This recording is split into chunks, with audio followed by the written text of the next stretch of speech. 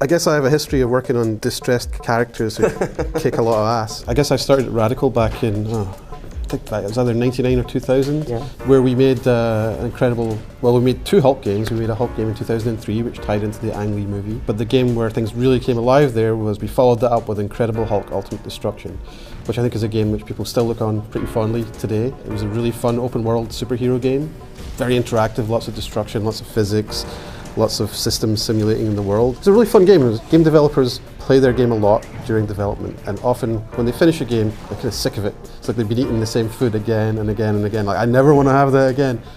Incredible Hulk Ultimate Destruction, I can still play that today and have fun with it. It's still a fun game. We played it a lot at Ubisoft. Yeah. And I told you that back when we were talking after Prototype. Ultimate Destruction is one of those developer-friendly games. Like, developers like it a lot for some reason. There's a lot of sort of newness in there, and I remember a lot of us looking at that and going, oh, it'd be great if we could add that to our game, and oh, it'd be great if we could add that to our game. Yeah, and Louis Leterrier looked at that and took a lot of it for his movie too.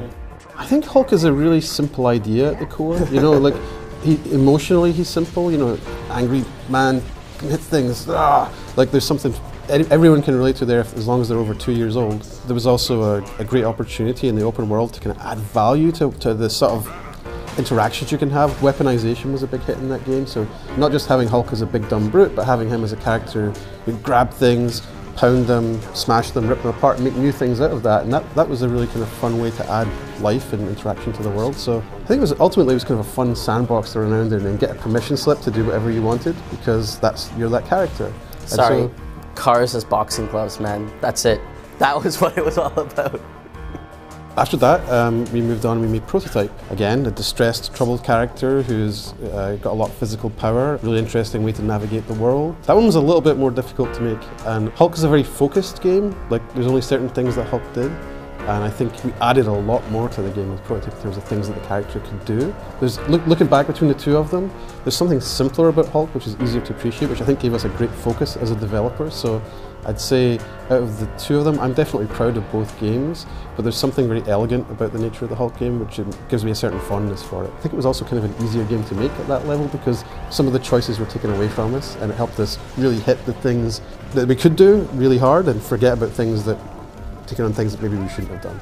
So my background is almost 100%, I mean, since I've joined the console space, because I did wireless gaming for a while before that, but since I've joined the console space, it's been 100% in third-person action-adventure games. It's sort of all I've ever made. So I started at Ubisoft, sort of wrapping up production of Prince of Persia: The Two Thrones, and that was great. It was a relatively short development, but a very experienced team. The team that we ended up pulling together had a lot of the core team members from Sands of Time and Warrior Within. Then after that, starting in early 2006, I produced the Prince of Persia 2008 reboot or refresh or what have you. We didn't call it cel-shaded. Other people referred to it as cel-shaded. We had a different title for it, which I've now forgotten.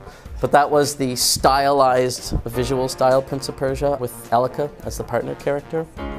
I really enjoyed some of the things we tried to do on that. I really like following right now BioShock Infinite and a lot of their conversations about the kind of stuff they're trying to do there with their companion character. And I remember thinking, wow, we had those conversations. Gosh, can't wait to see what they do, right? Because obviously my expectation is that it'll be very significantly realized, that their companion character will be very rich and deep, and I'm really looking forward to that. Then in 2009, I started on a new IP at Ubisoft, which was in development for a couple of years.